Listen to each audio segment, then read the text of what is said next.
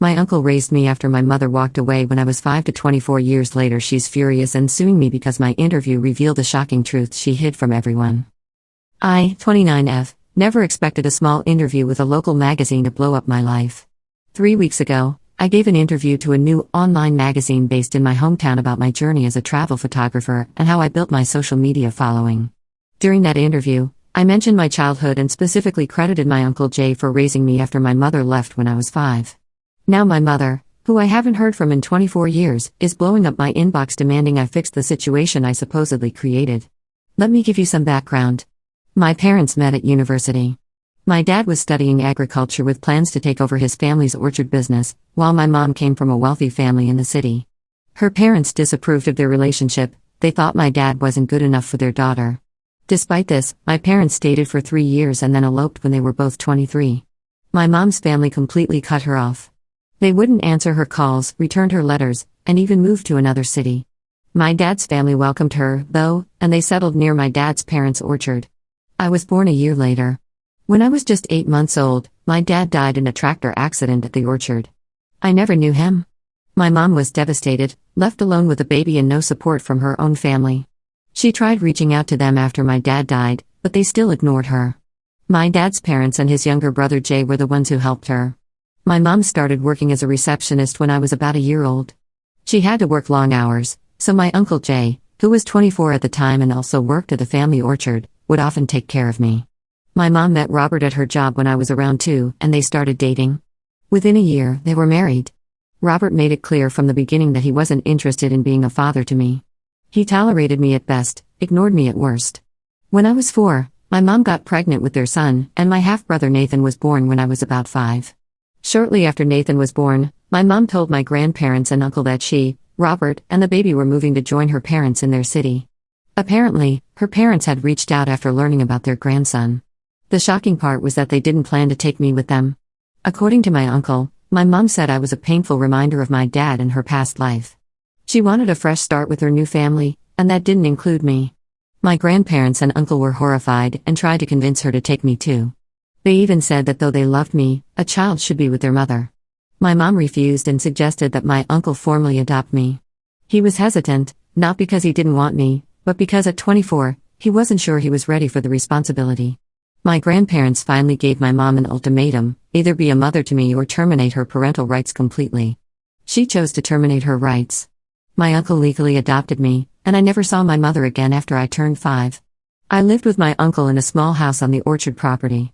My grandparents helped a lot until they passed away when I was 12 and 13. My uncle put his dating life on hold to raise me, worked hard at the orchard, and eventually took night classes to get a business degree so he could better manage the family business.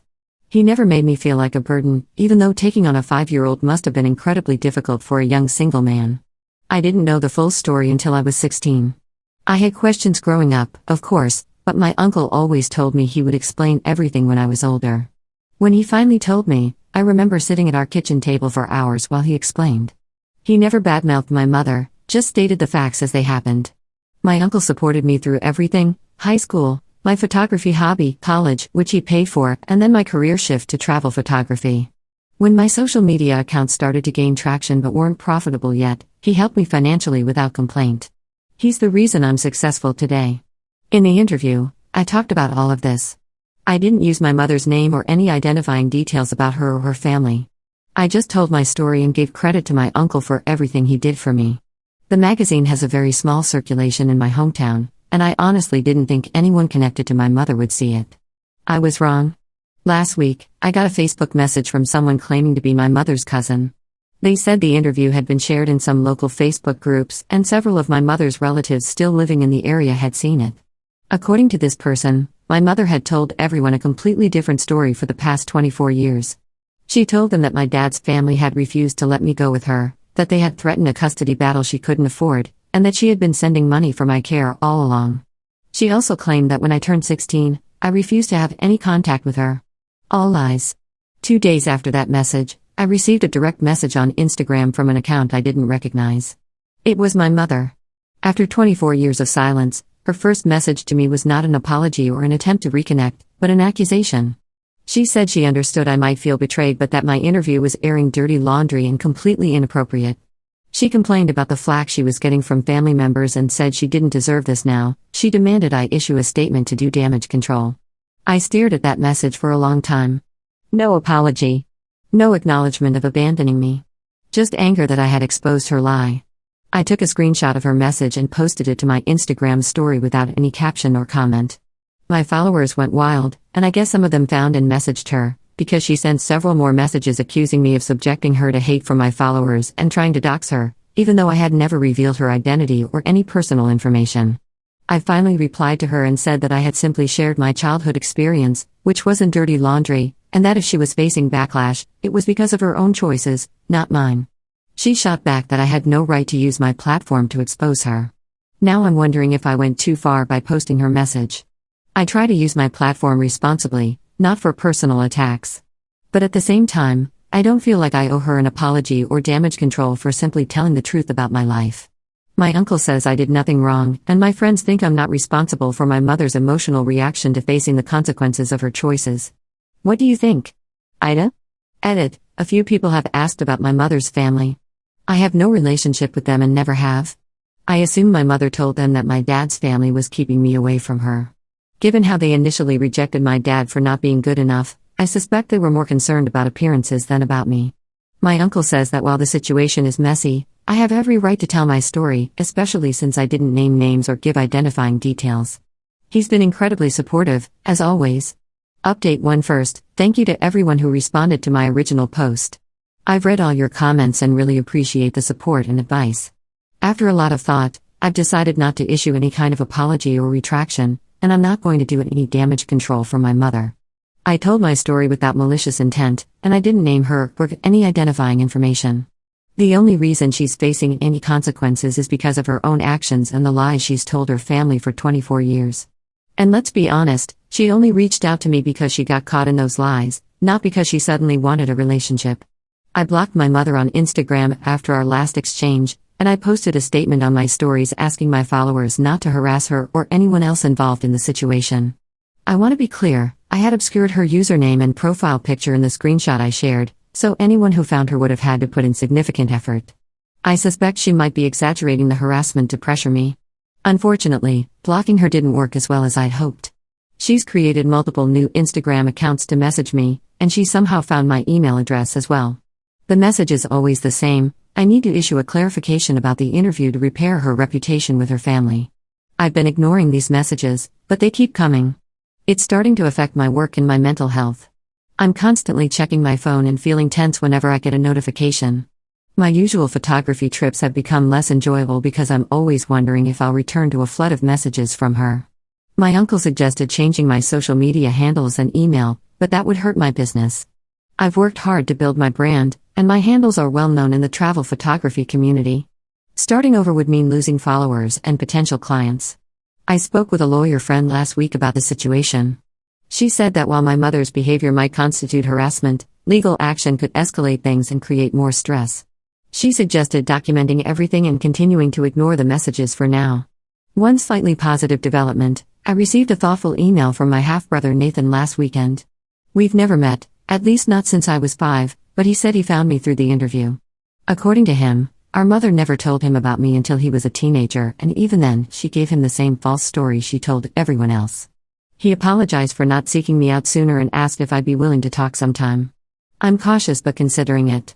My uncle pointed out that Nathan was just a baby when all this happened, so he's not responsible for any of it. He might be a decent person worth knowing. I haven't decided yet if I'll respond. In the meantime, I'm trying to focus on my work. I have a big assignment coming up, photographing a trek through the Dolomites in Italy, and I'm hoping the distance and poor cell reception will give me a break from this whole mess. My uncle has offered to monitor my email while I'm gone and alert me if anything urgent comes up. Part of me wishes I'd never given that interview, but another part is glad the truth is finally out. For so long, I was the one carrying the weight of what happened, while my mother got to pretend she was a victim of circumstances. Now at least her family knows the real story. I'm still struggling with how to handle her continued messages. Should I respond one more time, firmly telling her to stop contacting me? Should I pursue some kind of cease and desist order? Or should I just keep ignoring her and hope she eventually gives up? I'll update again after my trip if anything significant changes. Thanks again for all your support. Update 2: I just got back from my photography assignment in Italy yesterday, and things have gotten significantly worse while I was away. I checked my email during my trip when I could get service, but I mostly stayed disconnected to focus on work. My uncle monitored my social media and let me know if anything major happened, but he kept the details vague to avoid stressing me out. So I was completely unprepared for what was waiting for me when I got home. There was a certified letter from a law firm. My mother is suing me for defamation. Yes, really. She's claiming that my interview contained malicious falsehoods that have damaged her reputation and caused her extreme emotional distress. I called my uncle immediately, and he came right over. Apparently, he received a similar letter while I was away but didn't want to ruin my trip. We spent hours on the phone with different lawyers yesterday. The good news is that truth is a defense against defamation, and I have plenty of documentation to prove what I said was accurate. The lawsuit itself is absurd. I never mentioned my mother by name in the interview. I didn't provide any identifying details about her. I simply told the story of my childhood from my perspective. But now I have to spend time and money defending myself against these ridiculous claims. My lawyer believes this is an intimidation tactic rather than a serious legal threat. My mother probably hopes I'll get scared and issue some kind of public retraction rather than go through a court battle. She's mistaken if she thinks I'm going to back down. The most infuriating part is that she could have simply acknowledged the truth when her family confronted her. She could have admitted that yes, she abandoned me and lied about it. She could have apologized and asked for understanding. Instead, she's doubling down on her lies and trying to silence me. My uncle has been amazing through all of this. He pulled out all the old legal paperwork from when he adopted me, including the documents where my mother voluntarily terminated her parental rights. He's also contacted the lawyer who handled the adoption, who fortunately is still practicing and remembers our case. They're helping build our defense. In a strange twist, my half-brother Nathan reached out again after learning about the lawsuit. He's horrified by what our mother is doing and has offered to testify on my behalf if needed. According to him, our mother has been acting increasingly erratic since the interview came out. She's lost friends over this, and some family members are keeping their distance. He thinks the lawsuit is a desperate attempt to save face. I've agreed to meet Nathan for coffee next week. My uncle is coming with me, partly for moral support and partly because he wants to meet the boy who is essentially his nephew too, even if they never knew each other. I'm nervous but also curious about this person who shares my blood but has lived such a different life. As for my mother, I haven't responded directly to her since before my trip. All communication now goes through our lawyers. My social media accounts are currently set to private, which isn't great for my business but necessary for my sanity. My lawyer has advised me not to post anything about the case or my mother online, no matter how tempted I might be. This whole situation has completely disrupted my life. I've had to postpone 2 upcoming photography jobs to deal with legal meetings. I'm struggling to focus on editing my Italy photos, which were commissioned by a travel magazine with a tight deadline. And I'm constantly worried about what my mother might do next.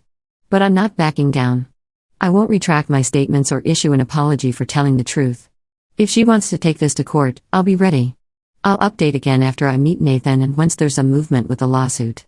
Update 3: It's been a roller coaster few months, but I think I'm finally at a point where I can give a final update on this situation. First, the lawsuit.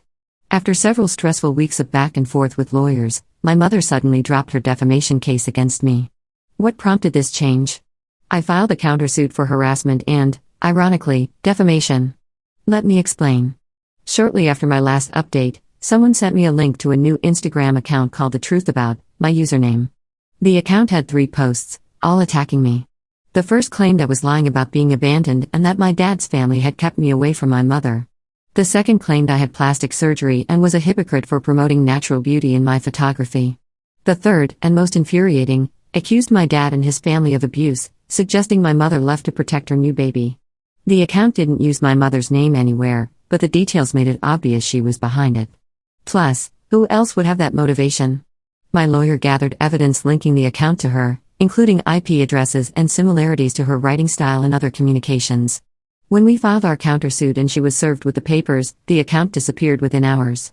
2 days later, her lawyer contacted mine to say she was dropping her lawsuit. Then the emails started, desperate messages begging me to drop my countersuit, promising she would never contact me again if I just let this go. I refused. After weeks of harassment, a frivolous lawsuit, and especially the lies about my dad and my uncle, I wasn't interested in letting her off the hook. My uncle supported my decision completely. He rarely shows anger, but the accusations against his brother and parents pushed him over the edge. We proceeded with the case, and after considering her options, my mother agreed to a settlement. She paid a significant amount, signed a legally binding agreement to never contact me again, and issued a written apology acknowledging the truth about my childhood. The settlement also included a non-disclosure agreement, so I can't share specific details, but I was satisfied with the outcome. Throughout all of this, my relationship with my half-brother Nathan has been developing slowly. We've had dinner a few times, sometimes with my uncle present. It's still awkward, we're essentially strangers trying to build a connection, but there's potential there. He's a software engineer with a dry sense of humor that reminds me a bit of my uncle. He has 2 young daughters who apparently look a lot like me when I was little, which is surreal to think about. Nathan has his own complicated feelings about our mother. He says she was always controlling and quick to rewrite history when it didn't suit her, but he never imagined she had abandoned a child. He's trying to process what this means for his understanding of his childhood and his relationship with her going forward. As for me, I'm gradually getting back to normal. The lawsuit and its aftermath consumed my life for months, but with the legal issues resolved, I'm focusing on my photography again. I've reopened my social media accounts and booked several new assignments for the coming months. My uncle, as always, has been my rock through all of this. At one point during the legal proceedings, he said something that really stuck with me. We were looking at old family photos, including some of my dad that I'd never seen before, and he said, "Your dad would be so proud of how you stood your ground. Neither of us could have imagined the amazing woman you'd become when I brought you home that day." I don't know if I'll ever have any contact with my mother again. The legal agreement prevents her from reaching out to me, but it doesn't stop me from contacting her if I wanted to. Right now, I don't. Maybe someday that will change, but for now, I'm content with the family I have, my uncle who chose to raise me, and possibly a half-brother who wants to know me. Thank you to everyone who has followed this story and offered support. Writing these updates has been therapeutic, helping me process everything as it happened. I won't be posting about this again, but I wanted to let you know how things turned out.